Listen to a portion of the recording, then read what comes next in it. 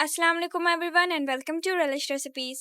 अल्लाह ताला ने सब मौसम बहुत प्यारे और खूबसूरत बनाए हैं, लेकिन गर्मियों के हर फल का अपना ही मजा है। ऐसे ही आलू काट का फल जो आप सब ने खाया होगा।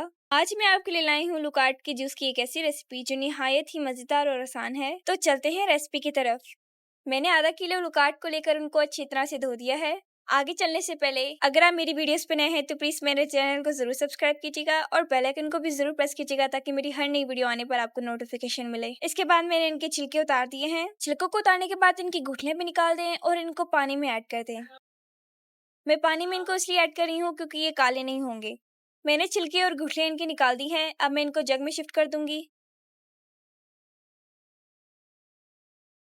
जग में शिफ्ट करने के बाद मैंने इसके अंदर 1 टेबलस्पून चीनी ऐड कर दी है। इसके बाद इसमें 1/3 टीस्पून नमक ऐड कर दें। इसके बाद इसको जूसर में ब्लेंड कर दें। मैं यहाँ पे हैंड ब्लेंडर यूज कर रही हूँ। अगर आपको ज्यादा मीठा पसंद है तो आप इसमें 2 टेबलस्पून चीनी ऐड कर दें। इसका टेस्ट बिल्कुल आलू बुखारे की शरबत की तरह था। मेरी वीडियोस को अपने रिश्तेदारों के साथ और दोस्तों के साथ जरूर शेयर करें ताकि उनका भी फायदा हो। अब लुकाट का गाढ़ा शरबत बन गया है। मैंने ग्लास में बर्फ ऐड कर दी है। अगर आप जूसर में इसको ब्लेंड करें तो आप उसी में बर्फ ऐड कर दें, लेकिन उसके लिए आपको थोड़ा सा पानी ऐड करना पड़ेगा।